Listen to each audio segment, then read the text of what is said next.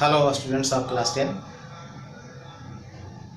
पिछले क्लास में मैंने आपको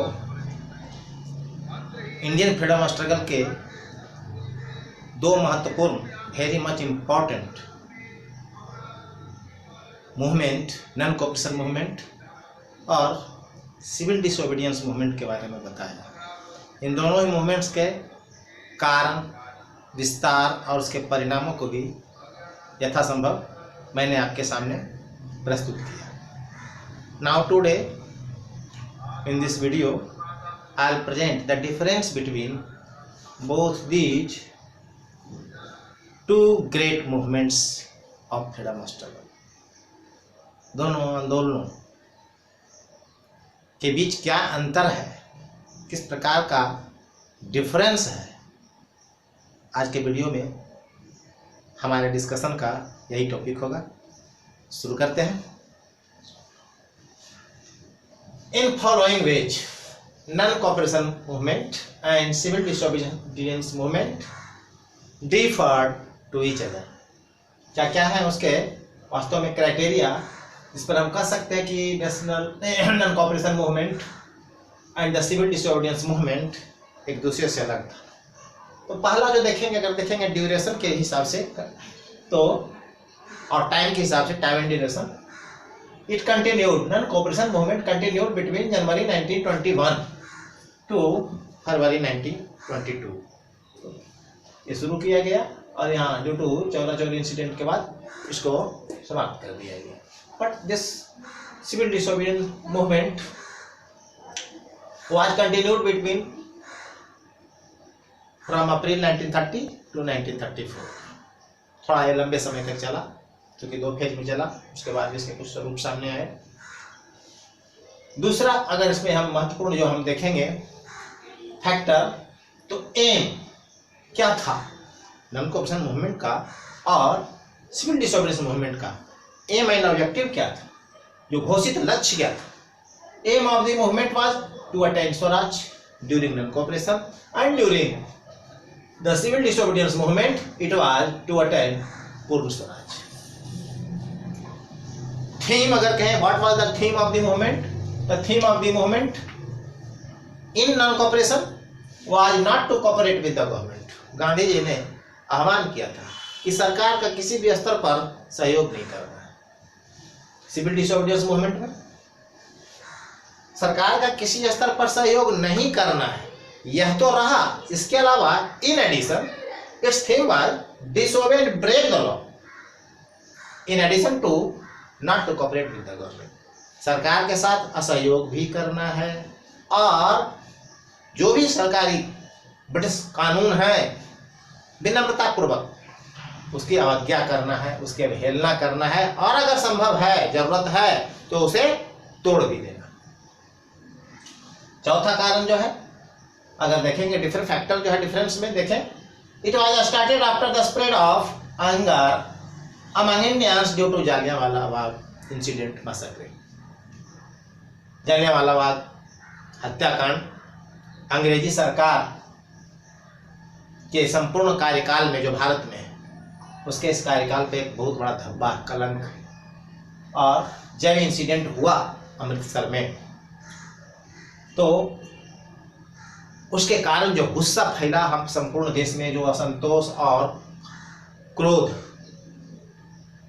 चारों ओर फैला, उसकी ही परिणति थी, उसका ही परिणाम था कि नॉन कोऑपरेशन मूवमेंट शुरू करने का आधार बना। और ये प्रकट भी हुआ उस आंदोलन में, वो आक्रोश जो भारतीयों के मन में था। And this civil disobedience movement Bharat में भारतीयों की बेहतरी के लिए ब्रिटिश पार्लियामेंट ने रिफॉर्म लाने के लिए और उसको सजेस्ट करने के लिए जिस कमीशन को नियुक्त किया, साइमन कमीशन, उसमें भारतीयों की ही अनदेखी कर दी गई।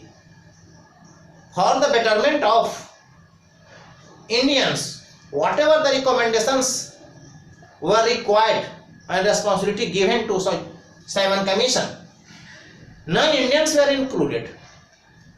It was really great insult of the Indian prestige and pride. and also the intelligence. So it was started due to overlooking, ignorance and insult of Indians when no Indian was kept as a member in Simon Commission. अगर दूसरा factor देखें, it was started with the surrender of title. Non cooperation movement को जब शुरू किया गया था, चूंकि कई पार्ट में, कई स्टेज में नॉन कॉपरेशन मूवमेंट को गांधी जी ने शुरू किया था, एकाएक नहीं शुरू किया था, स्टेप बाय स्टेप यह आंदोलन शुरू किया गया। तो फर्स्ट स्टेप जो था सरेंडर ऑफ टाइटल्स, और इसमें जो है first step Gandhi ji civil disobedience movement में नमक कानून को सिंबल बनाकर कानून को तोड़ने की जो शुरुआत की गई उसको लिया गया। So it was started with breaking the salt law by Gandhi. The next factor, spectrum of non cooperation movement was quite limited than that of the civil disobedience movement. संख्या के दृष्टिकोण से देखें, विस्तार के दृष्टिकोण से देखें, तो नॉन कॉपरेशन मूवमेंट के जो पार्टिसिपेंट्स थे वो क्वाइट फ्यूअर थे सिविल डिसोबीडियंस मूवमेंट के अपेक्षा। अगर हम अगला फैक्टर देखें तो नॉन कॉपरेशन के संदर्भ में अगर देखें तो it was mainly limited in mainstream Indian society up to urban areas and its fringe areas. Only in those areas this non-cooperation movement was limited in mainstream society, but this civil disobedience movement has spread not only in urban areas but it has spread in remote rural areas also. So its impact was quite broader. Influential area is greater than that of non-cooperation movement. Women participation के दृष्टिकोण से अगर हम देखें तो women participation was a few and symbolic in non-cooperation movement and especially it was limited to different urban centers, while women of elite class यानी कि जो महिलाएं जिसे कहते हैं संभ्रांत जो समाज था, भारतीय समाज जो संभ्रांत कहलाता था, वो शहरी इलाके हो या देहाती इलाके हो, from both areas, women of elite urban and rural both area participated in large number. इस बार महिलाओं का जो पार्टिसिपेशन था, रिप्रेजेंटेशन था आंदोलन में, इस राष्ट्रीय आंदोलन में, वह काफी रिमार्केबल था। यह ठीक बात है, वो लीड रोल में नहीं थी, लेकिन उसके बाद जो अगर सेकंड लाइन की बात है तो सेकंड लाइन में ये काफी ज्यादा जो है महत्वपूर्ण भूमिका में थी। एक दूसरा फैक्टर है Muslim participation due to Khilafat was also going side by side with the non cooperation movement and due to the Lucknow pact Muslim participation was remarkable during non cooperation, but in civil disobedience movement its participation was about to be negligible in most of the areas. No doubt in some specific areas like frontier regions of western frontier especially there was in leadership of Khan Abdul Ghaffar Khan, Frontier Gandhi, it was noticeable. That's why in some specific region only Muslim participation was visible, may say remarkable, but in other areas it was of negligible importance. इसके अलावा अगर हम और देखें, now another factor is the impact of socialism.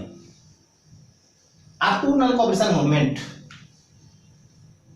no doubt there was the Russian Revolution in 1917 taken place in Russia, but its impact on Indian society was not very much visible or seen.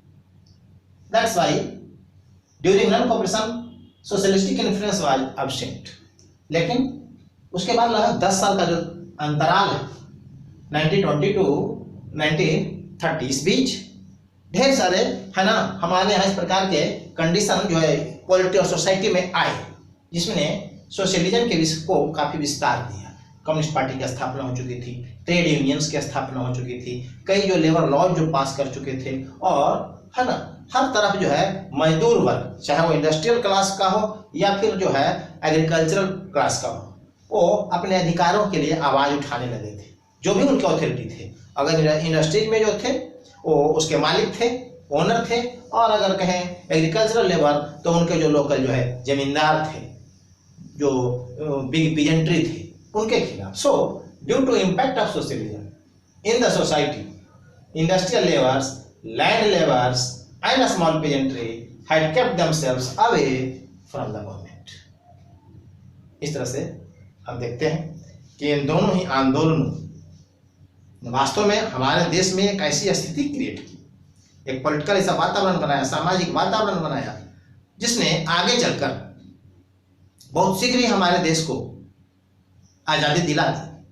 लेकिन इन दोनों के बीच में कुछ, इन दोनों आंदोलनों के बीच में कुछ मूलभूत अंतर है, जिसे समझना भारतीय स्वतंत्रता संग्राम के इतिहास को समझने के लिए काफ़ी आवश्यक है।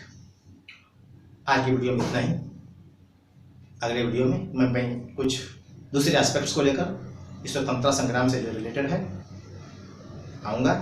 तब तक इंतजार करें। Thank you.